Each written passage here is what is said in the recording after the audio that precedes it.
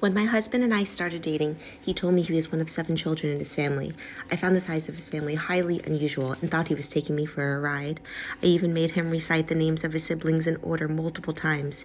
He conceded and went through all of them: Chris, Ann, Billy, Mary, Jimmy, Kathy, and himself, John.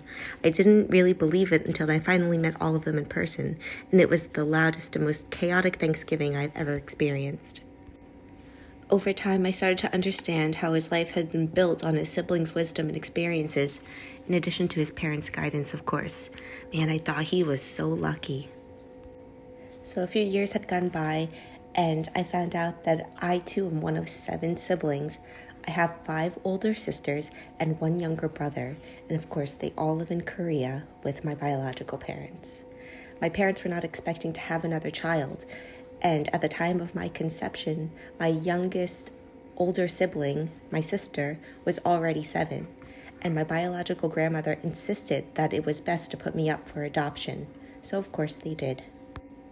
At this point in my life, I have to say that I'm not angry, not even resentful in any way. I understand the enormous shame that my parents must feel. My brother has even confirmed this. If anything, I feel sad for them.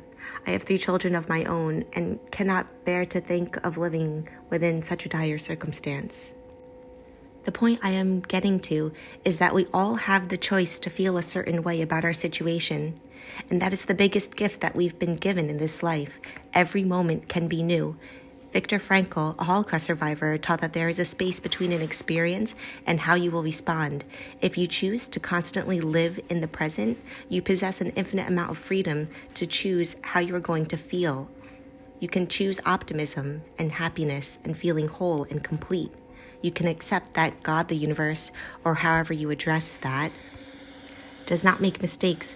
You are innately perfect. The world is exactly as it should be, and it is your decisions that will dictate your own reality. So I let the trip to Korea go. I put it on the back burner for Disney World, for going on hiking trips with our dog, or doing anything else, partly because I was afraid. The biggest lesson I've learned from the pandemic is that this was a big mistake. Once the travel restrictions lift, I intend to get on a plane and reunite with my biological family, and I will have the second loudest and most chaotic Thanksgiving or whichever holiday of my life, and I look forward to it.